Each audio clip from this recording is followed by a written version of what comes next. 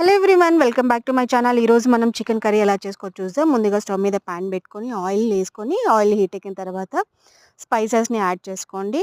కొన్ని ఆనియన్స్, తెల్లగడ్డ, అల్లం పేస్ట్ వేసుకొని బాగా ఫ్రై చేయండి. ఇది ఫ్రై అయిన తర్వాత టొమాటోస్ వేసి బాగా స్మాష్ చేయండి. ఇవి మగ్గడానికి కొంచెం పసుపు, ఉప్పు వేసి బాగా మూత పెట్టండి.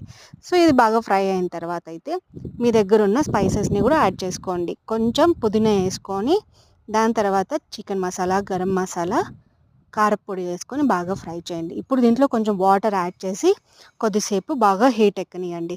తర్వాత మీ దగ్గర ఉన్న చికెన్ని యాడ్ చేసి ఒక 20 మినిట్స్ 15 మినిట్స్ దాకా మూత పెట్టేయండి మీడియం ఫ్లేమ్లో.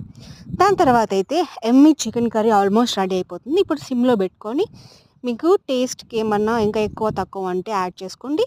కొరియాండర్తో సర్వ్ చేసుకోండి. చూసారు కదా ఎంత టేస్టీగా అయితే కర్రీ రెడీ అయిపోయింది. మీరు కూడా ట్రై చేసి ఎలా వచ్చిందో చెప్పండి. సబ్స్క్రైబ్ చేయడం మర్చిపోకండి.